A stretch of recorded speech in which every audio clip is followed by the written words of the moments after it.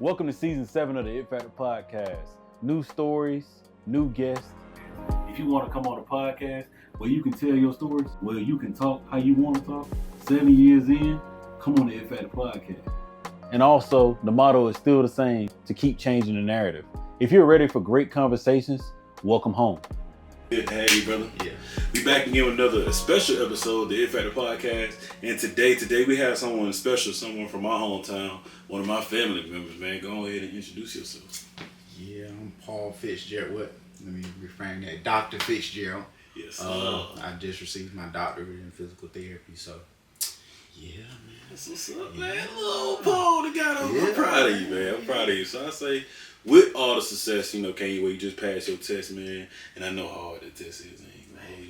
My boy been trying to take it for years. He just had, almost passed. So he keep trying to do it. But in the essence of what y'all do, man, I commend y'all. Because y'all, boy, that's a tough job. Yeah. Tough job. But you built for it. Right. So I say, how are you doing mentally, physically, and emotionally? If I had to sum it all up into one thing, it's like finally being on offense right now. Okay. I feel like most of my life I've been on defense, just trying to navigate the nuance of life and just preparing like whenever the shoe's gonna drop. So right now it feels like I'm finally on offense. Mentally, I've been great since I passed that test and dropped it off. Yeah. Hey, hey, life is alright. That's good. Man. Emotionally, I've been good. I've been good. A lot better headspace. A lot better time to kind of think. Have more time with myself instead of just being stashed in books. Yeah. Working with patients, so I've been great for the most part. I'm glad you're doing good. So yeah. You describe physical therapy as a stewardship. Yeah. I say not just a profession. How does your faith shape the way that you serve patients and approach your work today? Great question. Essentially, we're all given those gifts to, expand them amongst people for the most part, and so that my faith comes in and just stewarding those talents that God has given to me, just to steward to pour into people when they're needed, because we're meeting people in their most vulnerable time for the most part, and so just being able to instill that empowerment of who God called them to be and who God called me to be, and then meet them where they're at in that point, and just kind of having an altruistic mindset of putting them before me, and that has gone a long way for the most part. So yeah, I love that, man, and I commend you for that, because it is a stewardship. You have to take a step back and say, dang, let me see how I can help these people, and how can I be selfless in doing it, so I commend y'all, man. Every day I hear the story from my best friend, I be like, bro, you do good. Hey, I bet. And to see where he has grown and continue to grow, I commend y'all, because God gonna continue to bless y'all. For sure. So I say, what is your it factor?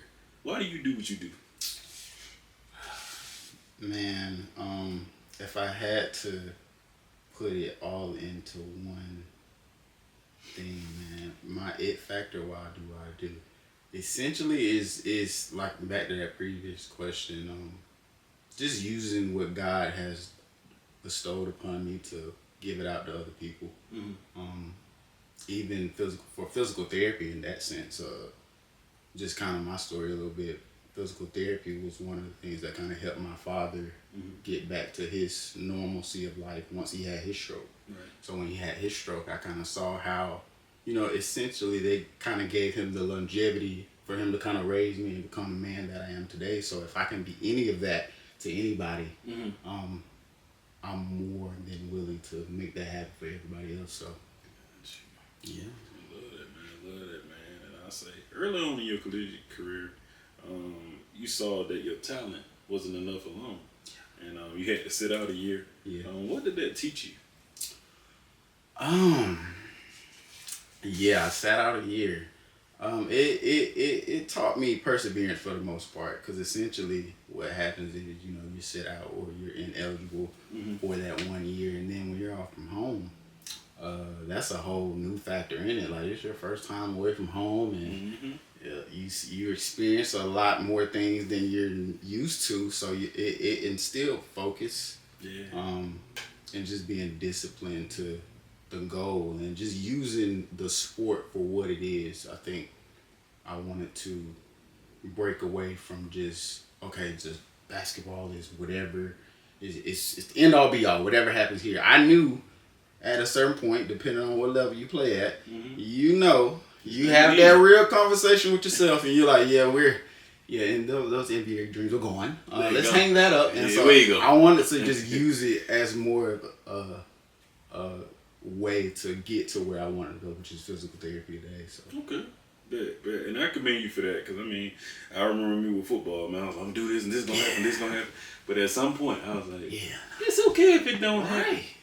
And now it flipped, because like interviewing the players and stuff, and interviewing personnel, stuff like that, it all came full circle. So it's not like it's not a fail, No. But it's more of a like, that ain't the only thing I had to do down there in Fort Valley, because I feel like there's a lot of things kids think. Right. Is that's the end all be all. Yeah, no, it's a pivot for the most part. Yeah. Like it's a free range to start life, to make more of just being an athlete. It's more to just being an athlete, and there's life after all sports. Definitely. So whatever, even when you see guys we've had around, show literally called The Pivot, right? Because you have to pivot at whatever life gives you, whatever point. There's an ending to everything. It is, man. So I commend you for learning that, like we all had to, like, and you don't beat yourself up about it. So I say, losing your father was a defining moment in your life. How did that loss shape you into the man that we see today? Oh yeah, it grows you up quick. It grows you up quick. My father, that a lot of people have heroes, whether it's an athlete or it's president, whatever. I can gratefully say that my father was my hero. Definitely. He was one of the guys. He was a man's man. He was a father to everybody in the community. Everybody that came in touch with. Whether we were picking somebody up for practice or just allowing them to help pay something. He's always giving back or reaching out into the community. And so when he passed, he left me with those things, and he was real candid about, I'm not always going to be here, so this is what you need to know. This is what you need to do when I'm gone. And so when he was, when he did pass, when we were out on vacation, that grew me up quick. You learn to kind of deal with those emotions and learn that life doesn't stop. It keeps going. And so you have to navigate those things in the right way, because that indeed was one of the hardest parts of my life. It was a real dark place for me. So just being able to bounce back, and just the support of my family in that time, that made me into the day. Just having that discipline. He was always up. My dad's up at 4 o'clock in the morning, 5 o'clock in the morning. And so to today, I still do that. And so he instilled routine, discipline, real heavy about, if the crowd is going one way, you might want to go the opposite way. You might want to go the opposite way. So, all those things he instilled in me is the things that I still, implement into the day. Definitely, man. And I thank your dad for being a father to me, man. Definitely, always, all the conversations, picking me up from practice, but most of all, like the quotes and words they've left me, man. And my mom would always be like, you know what, he definitely know what he's talking about. He need to listen. I'm like, all right, let me go tune in to see where you and your siblings are, especially you and your brother, with me growing up with y'all, man. I'm proud of y'all, bro. Thank you, man. I'm beyond proud of y'all, man. So I say, who is Paul outside of basketball, physical therapy, and all that you are known for? Man, for the most part, I would say I'm just a craftsman, just a steward of the talents God gave me, a craftsman at life. Like, whether it's outside, whether it's basketball or physical therapy, outside of that, you're still having to navigate relationships, friendships, people. I've become a lot more giving, receptive of everybody, and for me, that has allowed me to grow just as a man, grow as a person, and just being able to grow into the space that God has called me to be. So yeah, and I think that is the question I'm actually trying to figure out now. Like, because you spend so much of your life dedicated to whether it's a sport, whether it's a profession, grad school, you know, you shut off those things. You're tunnel vision to that goal. And so now that you're out, you know, you kind of got to integrate yourself back into life a little bit. So that's actually one of the things that I'm figuring out at this point. And I say take your time, man. Because I remember being in school. I think I took a couple months off, went for a year, didn't go right. Then I got my master's, finished right.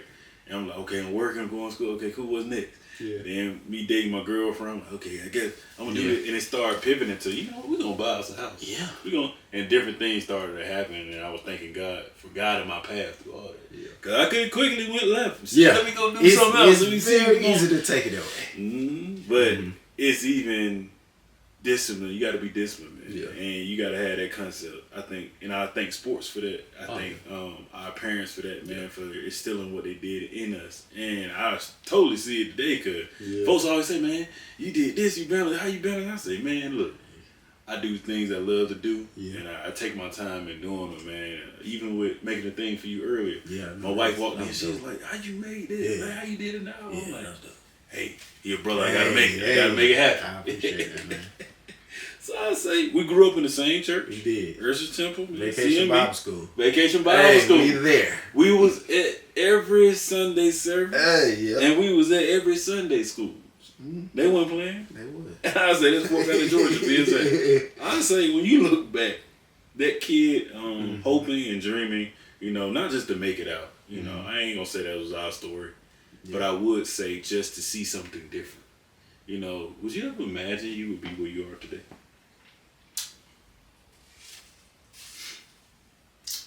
Yeah.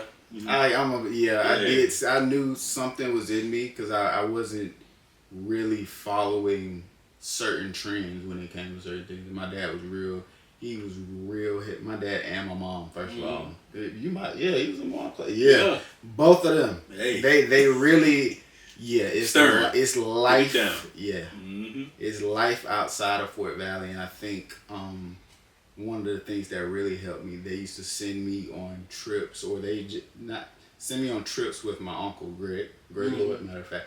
So I would always kind of be around him, and, you know, exposure, that's one of those things that lead to expansion. Best thing ever. And once I was exposed to just how people of that higher status, of people that are actually doing well in life, once you see it, you can't unsee it. Yep. And so once I got it, I was like, it's the reason I'm constantly seeing this. And so I just kind of had to obtain it. So if I look back then, my father, he was real big on, you know, I'd rather you aim high and miss than aim low and hit. So I've always been that way. And I can't say. I knew it was going to come. I didn't know when. Didn't know how. Didn't know when. Hey. But, no. I did it. That's what's up. I say, from academic warning, you know, sitting out, to now being a doctor, Fitzgerald.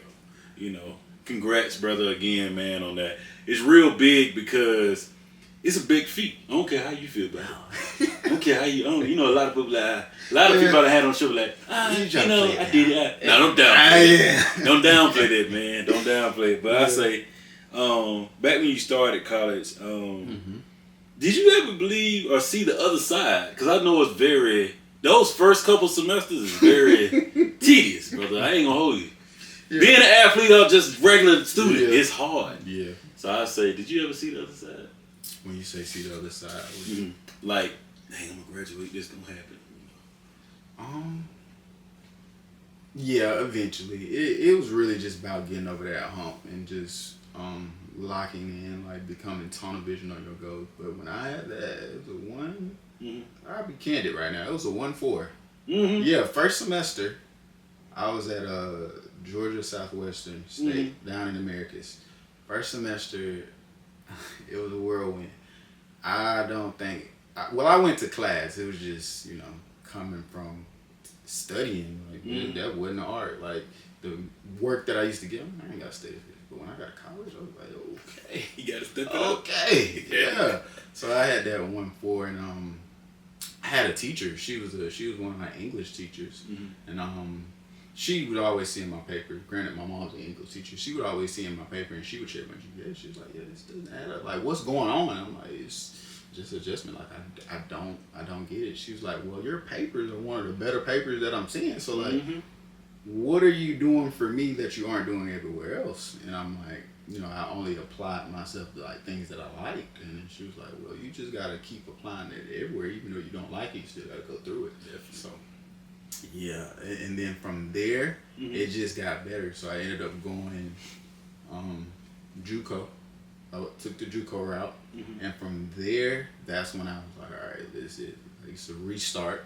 I can go ahead and start to get my GPA up, and from there, I started really honing in on who I actually was, I guess, academically. Yeah. So. And I respect that. I mean, I remember. Same with writing, bro. I was a great writer. I mean, I'm about to be a 3-time author. I'm writing a comic now. Congrats. Thank you. But like, man, literally, I was good at that, but I was going for computer science and engineering. Yeah.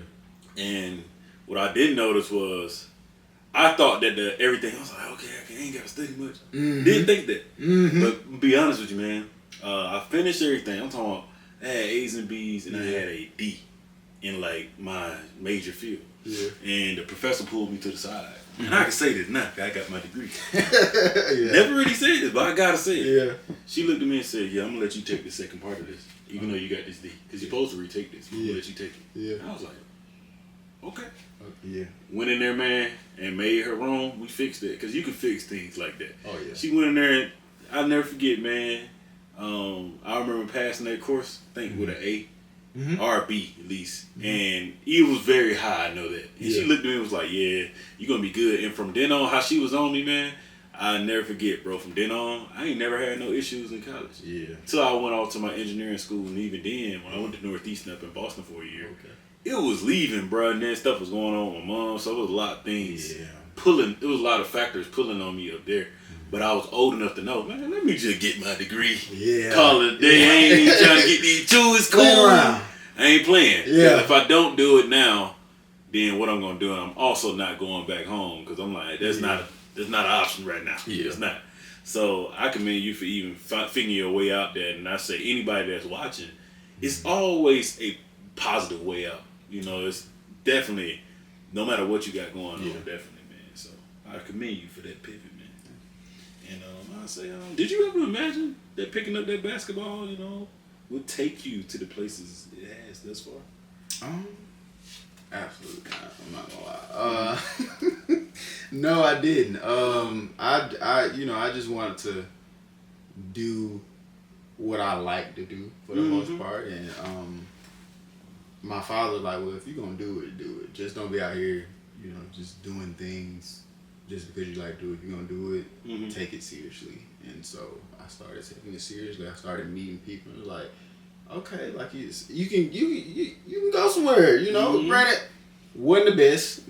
I say that for the most part. But playing in college, I was pretty decent. For the most part. And so I didn't think the basketball alone would take me where it's taking me, but I've been, because even when I went from JUCO in Georgia to JUCO in Colorado, that exposed me to so many different other things. First of all, JUCO alone, it's a whole different ball game. It's different. Hey, a whole different ball game over there. So even a lot of the better players that I played against were in JUCO, but it's taken me a lot of places. And even when I graduated from Birmingham Southern, we went down to Puerto Rico to play. So all expenses paid. So I didn't think it was gonna take me and would lead me to where I am today, but it did, and so I'm grateful for just being disciplined and just fighting through the noise, because usually people would like to think, oh, if you're not at this level, you're not this. It's just detaching your ego from it and like, look, just allow it to take you where it needs to take you, whether it's D3, JUCO, D1, D2, wherever. Just let it allow it to take you where it needs to go, and if you use it as the avenue that it needs to be used as, you'll be way more than just an athlete. Indeed. And as you, man, like definitely going to college, that's like the NBA. You did it. Like for real. It ain't the same, but it is like it. You did it. And no matter how good somebody thought you was, or he wasn't that good when he was here. Right. Hey, get what? Right. When he played here, you can Google me. You can Google. That's the funny thing. Hey, you Google me. Hey, I find the picture. Google. Hey, let me see what Paul. Oh, I know he got a picture. They ain't got to go on your page. Right. I can Google. It's forever there. Right. So yeah, man. So I got a few rapid fire questions, man. I say mid-range jumper or attacking the rim. I'm attacking around. Defense or offense? Defense. Definitely. Yeah, defense way better. Yeah. I wish I knew that early in my life. Defense gonna get you on that court. Yes. Defense, because in today's game, we live in a highlight generation where everybody wants to put the ball down on the floor, make the quick highlight. But in real time in college, defense is probably gonna get you on the court more than offense. They got their offensive people, and if you're not the one guy or the two option, probably need to be honing in on some of those other intangibles. Yes. So definitely. Yeah. So I say film or live reps. You said film or live reps?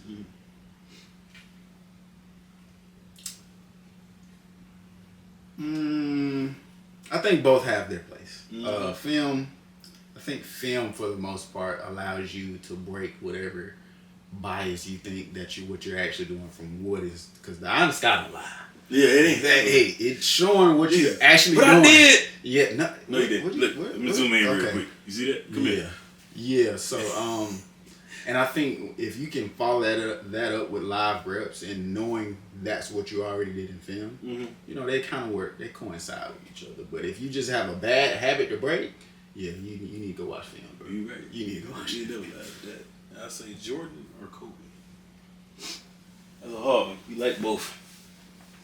Ooh, okay. I ain't even wear my Jordans today because I know I was asking this. You said Jordan or Kobe? Jordan or Kobe. I'm biased. I like Kobe. Granted, I know, Kobe modern game, but when they talk about the GOAT debate, all right, they probably gonna tag me for this, but he's the only one that you can bridge from that 2090s period to today's game who has visible proof of he was that. Now, granted, Michael probably could have did it, but we don't know. And Kobe is the only one that did do it. Yeah. So I'm gonna go with Kobe. Okay. Somebody probably gonna. It is. We also got to see Kobe though. Yeah. We didn't get to see a lot of Mike, right? Which I wish we did. Yeah. We just heard stories like, you remember Mike? Mike did. And I'm like, yeah. Cool. Yeah. But Kobe, I seen that 8 and 24. Hey. I seen it. So I say KD or Steph. Ooh. Depends on what I'm trying to do. Depends on what I'm trying to do. If I'm trying to, Steph. I'm not even gonna prolong Steph. I mean, he on there for a reason. I'm a big KD fan though. No, KD is. He on there for a reason. I say in old school NBA or new school NBA. Style of play. I liked. I gotta pick one. Let me break it down. So I gotta pick. I would say old school as far as physicality, but I would say today as far as speed.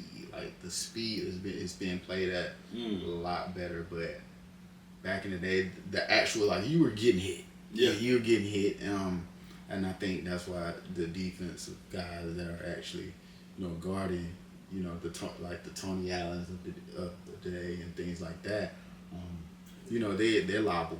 They're liable. So I would say probably old school. Okay, good. And I got one more. High school, since you got to do both. Okay. High school basketball, college basketball. College. Hey, look, no, because you can be 5'9", yes, or you can be 5'8", but if you the tallest, you a 5'8", 5'9" center. Probably not going to college, brother. Or you gonna be known as a tweener. You're gonna be known as a twinger.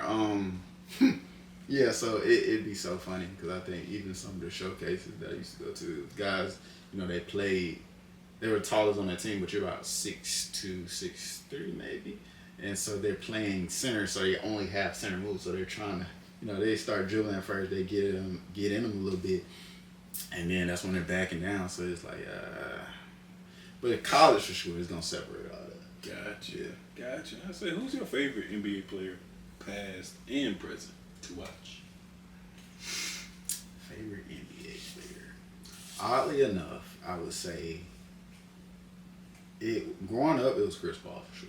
Mm-hmm. It was Chris Paul. Granted, he did have Paul in his name, but after a while, you know, just kind of seeing how his tenacity and things of that nature, I definitely appreciated him. But outside of him, it was really guys like JR, Jamal Crawford. Okay. It was those guys. It wasn't like your supreme guys, but guys like Lou Will, like I liked those guys. Okay. For the most part. So I guess back in the day, it was one guy called Mama Abdul-Rahim. He played with Denver for a while. Mm-hmm. Him. Okay. Probably old school. So yeah. I like that, man. And new school, who you like to watch? If you watch the NBA. Anthony Edwards. Yeah, we love Ant-Man. Yeah. Ant-Man. Hey. I can't believe you from him. Brother getting to it. Yeah. Hey. He got a lot coming to him. Yeah. Basketball wise. So he's definitely pushing the way for that throne right now as far as best player in the NBA. So definitely, man. Definitely. I say I had Chris Paul on the show. Man. I know. Real solid dude. Real laid back. He ain't what the world sees. And then I say one NBA player whose recovery story inspires you. Recovery story. I would say KD. Mm-hmm. KD for sure. I believe he had a stress fracture, and I want to say he had an Achilles too. Yeah. And for him to still play at that level, still dominant. First of all, Achilles is usually from a rehab standpoint. Once you tear that Achilles, you can go hang it up. You can go ahead and hang it up. So his ability to still, he's probably not as explosive as he was, but his ability to still go get a bucket from whatever level, be a 3-level score, yeah, that's pretty impressive. That's pretty impressive. So yeah, definitely. I say congrats on passing the PT exam again. I'll say now that you passed, what's next? What's next? Hey man, we're gonna see what God has in store. There's a few avenues I'm looking to take right now. Okay. Obviously, leaning sports, ortho, but a lot of the things that I've learned from the neuro aspect, even with my father from the stroke and pediatrics, kids seem to like me. Okay. Don't know how that. Hey, but kids seem to. I seem to work well with kids from that aspect, but I'm not really closed off to anything. I think school was so long, and we had to learn so many different aspects. Like I don't want to ever just bottleneck myself or into one specialty. At least right now, straight off, I want to learn as much as I can before I'm like, all right, this is probably the avenue I want to go and just stick here. Yeah. So yeah, ain't nothing wrong with that. Ain't nothing wrong with that, man. So that's why I'm computer science. You can do this, you can do that, you can do. Yeah, it's a good number of things you can do. Then our podcast, man. You gotta have your multiple little things. Look, now you talking about me? You doing it all, bro? Ain't that right? Hey. Straight killer, no mercy. You can leave no stone unturned. Okay, man. It's always good to have a hyphen after whatever you're doing. There you go. Don't just limit yourself. All right, I got this. I'm all right. You got to get to a point where you're not just okay with being just in the room. There you go. You got to take up the space to be whoever God called you to be, whoever you need to be, because you can't get in the room like, all right, I'm just happy I'm here. That's probably where it stops. Yeah. Once you're just happy, right. just to be in the room, like get in the room, relax your shoulders, spread your legs a little bit. Get all the space you need to be who you need to be. So, yeah. Thank you, man. So I say, what do you hope your story teaches the next kid, from Fort Valley, our kids from Fort Valley that think setbacks mean the dream's over? I guess my message would be, it's okay to pivot, and if you're gonna fail often and early. One thing I think that kind of got me to where I needed to go was just continue to fail, whether it's rejection or fail a class or things just don't work out. You have to fail early and fail often, and don't get discouraged. Don't attach your identity to that situation, and continue to pivot. Always continue to pivot, whether you're like, all right, I'm here, like, what's next? There's always a next. And so my message would be just continue to fail early and fail often. Take the chances while you're young. Don't follow that crowd. Yeah, that's the best advice. Look, that crowd. I tell you, I think somebody said it best. And I think that's why a lot of people follow the crowd. If somebody's running down the street right now, shirt off, shorts, running shoes, they're just running. You're gonna think they're crazy, right? But if a group of people do it, you're gonna say it's a marathon. So don't be afraid to be that guy that's running down the street. Just focusing on your lane. And I think so many people, when they get to certain places, it's where's the safest option right now. I think I'm gonna go here. Like, it's probably not where you want to go. You gotta be willing to be okay with being uncomfortable for a while. Find peace with it, and make that the base, the bottom line. Because from there you can continue just to go up. So indeed, you're right about that. Yeah. I mean, it happened to me a good number of times, still do. And every time I thank God for it, believe it or not. At first I'm like, dang God, why this? But I never said why me. I always say, okay, what can I do? Okay, what it look like? Let me write out a couple notes. All right. Oh, this ain't even that bad. Yeah. It really ain't that bad. And I'll say, do you happen to have any questions for me?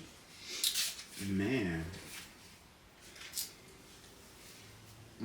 Is there anything looking back that you would have done different to today? Like, given all the setbacks, granted they make us who we are. Is there anything you would have done different to navigate life, whether it be earlier, move fast? Like, what would you have done? I think that I would have tried to find what I like outside of what the world say I probably gonna like. Like being where we grew up at. I probably would try to find that at an early age. Yeah. Because, not saying it would have set me up, but I think I would have just tried to lean on that. And that comes from wisdom of, dang, football cool, but what else could I do outside of that?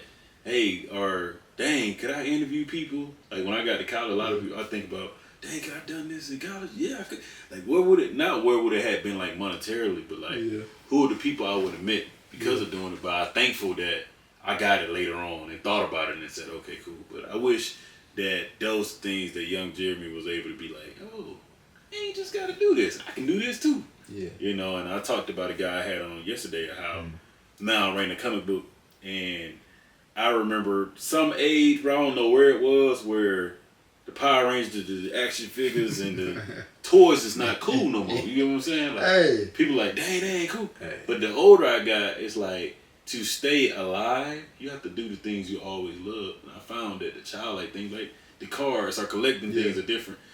Everybody got something that they like to do, and it may be a childlike thing to you in thinking. Yeah. But in essence, it's the thing that keeps you alive. It's what you like to do and keeps your mental good. Yeah. So I think that when we were saying it yesterday, I was like, dang, that's why I do it, so that somebody can read and say, oh, I can do this, I can do this. Oh, but he did this. I'm like, that's what God blessed me to go to school to do that. Yeah. But God also gave me these many things to do. And in the essence of doing that, I think it's good to find what you love to do and see what you want to go out there.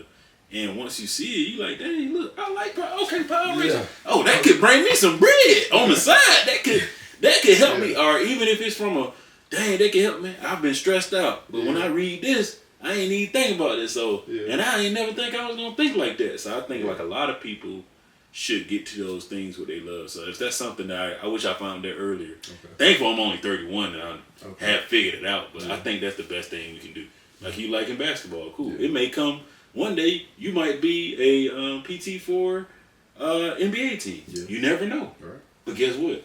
You also like working with kids, so you're gonna be able to do both. Right. You ain't just got I'm just gonna work with the 76ers. Yeah. No, I'm gonna go volunteer at Philly schools too. Yeah. So it's different things. I think we know now that you don't have to be in one exact thing. Mm-hmm. So definitely that's my biggest thing. I guess second question. So just your creative aspect, man. Because believe it or not, I think that's where a lot of people will kind of die in life. Like once you lose that creativity, life, I feel like it does start to become a little dull. So how do you keep your creative aspect, and when did you know, all right, I'm gonna keep this going and I'm not gonna let it die? Yeah. So I always had a bright imagination. Yeah. We had to have it, especially where I grew up at. Like you had to see where we grew up at. And there's a lot of things. You just have to play the role. But having that imagination now, I see how I can pour into it even to this day. Okay. Like I may be in there, granted my daughter is only a couple months old. Right. I'm reading comics to her, and then I read books to her and stuff like that because my grandma did it for me. That's how I have a good vocabulary. That's how I write today. Because my grandma ain't play. She'll buy me a toy and then be like, yeah, but you got to read these books before. It got to a point I'll read a book, man, get to a chapter, it'd be a $20 bill in there. Yeah. So that's that, but those books helped me open my imagination. I wasn't able to travel a lot. Right. I went to the Florida, part of Carolina from 19 on, but what I do remember is my grandma and my mom instilling it in me at a young age. Of like, hey, you gotta read. It can take you places. And to see what books have taken me, it's so surprising when I'm writing again. Like, damn, man, I can't believe that. And I'm thankful if I can pass that down to my child, man. And also, it's very surprising, even now thinking about it, that I'm able to tell people stories through a camera. Yeah. I never thought I'd be doing this, Paul. I ain't gonna lie to you. How it came about in 2019, me and my boy were just having a conversation. He was like, hey, you shoot the content, I'll edit it. And I was like, all right, cool. And he been doing that since then, and I've been making it better and better. Shout out to great friends, man. You gotta have friends, shout out to great friends. You gotta have friends that can aid in everything you do and you can help them. Yeah. And they don't want nothing from you. Hey, man, look. They don't want nothing. My pops used to say, man, 4 quarters is better than 100 pennies. There you go. So you definitely got to keep a good crowd around you. And like you were saying, to just reading. A lot of people don't realize, man, literacy is liberation. Yes. Hey, now I can't read everything. I ain't gonna lie to you. Now, literacy, you can free yourself from so many things if you just know how to read. Yes. And I think reading is the fundamental. For real. Look, no, and like my mom always, granted, she's like I said, she if anybody know, she's my mom, but if anybody know Geraldine, look, we was in there reading. Matter of fact, they had AR points back then. It was AR. Well, I had all the pieces. Hey, I was always but they about to get you. And I'm pretty sure for you. Yeah. I like to read though, because I got in trouble for not reading. Had to write book reports. Yeah. And do all types of stuff. And I'm like, you ain't even know. That's why I used to always say to my mom, like, none of y'all ain't even no teachers though. Like, but they weren't playing that. So by the time when I got to high school, I was writing on a level, and guess what? Writing helps you. Writing and reading helps you with everything else. Man. I wasn't the best math person. Nobody, probably, a lot of people are not. Right. But at some point, I started, I can do it. When I got to college, I'm doing calculus. I'm in differential equations. I'm doing all type of math. I'm like, what does this got to do? But now in my daily life, I'm like, I don't use it, but I'm thankful I could do it. Because if it was a time where I thought I couldn't do math at all, I couldn't succeed in what I do. But I always think back, like, I remember growing up them books. All right, cool. That's what I remember. No matter what, I remember I'm going to read, god dang it. Take you to different places. And now to have visit some of them places is crazy. Or even I remember getting like the little books, like a football book. Now I read the sports books. And then my mom make a bet with me, be like, hey, if you don't read that, if you go get Harry Potter or something, or this book, and you read through that, I'll give you this, or we'll do this. Yeah. It got to a point she ain't have to bribe me with nothing. I just do it.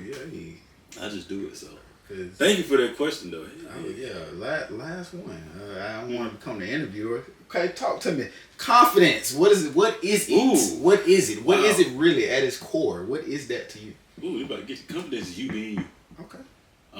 I think that at a very younger age, and you can correct me if you think different, if your opinion. But what I will say, I think at a very young age you get confidence. Okay. Believe it or not. Yeah. Because a lot of us are shy, right? Remember we had to read the easy speech. You had Hey, to look. do different things. That was the biggest It was humbler the right there. biggest thing, like, we in look. Sunday school, like, bro, we got to learn this next week. Look, belt in hand, you don't know it. Belt in hand, you don't know it. You about to get beat. We gotta get back to instance. I'm gonna let you finish, but that was Hey, I had to bring it up because I remember it in my head. Like, and if you mess up, just know. Oh, the whole family looking at everybody. Family members you ain't seen in your lifetime. They there. Hey, you better not mess up, nephew. Hey, you better read it. Hey. Put some pizzazz on it if you can. Hey, don't get up there. I know that the Lord is no. And it had no easy. I never had a one line. No. We getting paragraphs. You better remember it. Man. And I taught you. So that goes back to what you asked, man. Literally, confidence is in you. You know. And I think that a lot of people don't know, but it's you being you, man. Yeah. You doing what you love to do, and at a very young age, you do get what you love to do, and I feel like it keeps getting back to you. Yeah. Like God hands it to you. Hey, you know you like football. Okay, cool. I'm gonna use it as a tool, though. Hey, you know you like basketball, but let's use it as a tool. And I think that even people that make it to the NFL, the NBA, I think a lot of people are their announcers. Anything that they do, any people in PT, whatever. Remember always, no matter your profession. Dang, what do I like to do outside of that? Yeah. You know, and for young people, find that thing you like to do and continue doing it because it's going to keep you alive mentally, physically, and emotionally. But outside of that, man, it's also going to keep that childlike being of saying, okay, cool. And guess what? You're going to have confidence in it every time because it's going to be like, oh, I got to do this? Yeah. Oh, that ain't nothing. I've been doing that since I was 10. All right, cool. So that's what confidence is, man. Man, that's good. You being you. Hey, that's it. Look, man, because once that creativity dies in your head, at a sense, you already dead. Right? You already dead. Once it dies, so you're right. Yeah, no, I think that's what you kind of said. Confidence is being you. It's almost being okay, because I think confidence is not there. There's two layers that most people miss. You know, it's the ability to be comfortable with you being you. Yep. But also it's the ability to be okay with being uncomfortable with people who aren't okay with you being you. You have to be okay with knowing this is who I am. Because confidence can be misconstrued as arrogant sometimes. Yes. It's not the same. So being truly confident in whether it goes wrong or right, you're still true to who you say to be and who God called you to be. You're right about that. You're right about that. And I say that same thing happened with me when I got to college. Probably not a lot in high school. Yeah. But like in college, it's like a door open. Like my brother-in-law, all the men that I knew was like my brother-in-law, my cousins, even my brother was like, "Hey, you get to college, girls, it's going," and I ain't believe it. And once it happened, well, you could be the lamest dude from what people think. But you will do all the things you want to do. That's why I say go to college. I tell everybody, go to college, not just for women. That right there, it built my confidence and made me realize, like, I got some great friends from there. Like, a lot of the women that I bring on the show, they just like get you. You have to meet people where they are. But also, you have to meet people and get you a Rolodex. Okay, that's Brittany. All right, Brittany, Brittany, you about to do what? Because you never know what they about to do after college. You don't know how successful they about to be. So that's the cool thing that I started reading. And that brought up my confidence too. I was like, dang, I'm talking to, I would never thought. Yeah. And you start to realize high school was just a time period of your life. Yeah. It's a very small time period. Oh, yeah. And I'm thankful that's not the only time period I was blessed to live in. Man. You know, and I'm thankful from high school to now, to high school to college to now. Like, I ain't gonna lie to you, it's cool to see how much my confidence has grown. By the time I got to college, probably that second semester of freshman year, I was like, bro, dang, man, I'm still me. And a lot of people kept asking. I was like, man, how you always happy? Or how you do this? Or how you... Bro, I'm being me. I ain't came here to create nobody or nothing. I'm me. I don't care if you think it's lame, whatever. And that's when I started realizing, like, I like Chucks, but I like Jordans. And I started realizing, I'm not getting every Jordan because they high for one. For two, who am I trying to prove myself to? I learned that in college. I wish I knew that in high school. But in college, I literally learned that. I was like, yeah, I'm not even about to be proved myself. All confidence. Man, it you know, because growing up, you know, from those humble beginnings, look, my school shoes was, now if you go to, you can get the Paylist, they used to have the buy one get you get buy one get half off. Them was my school shoes, and I think we got brothers, man. So and you might get the hand me down from the brother. Like, so I think that's why I, you know, looking back, I hated it then. Like, oh, you know, dang, I ain't got these, but my parents, and first of all, where I'm at now, I can get whatever. I can go right now. But my parents were able to really detach, like, become a person. Don't let the things that you got by make you.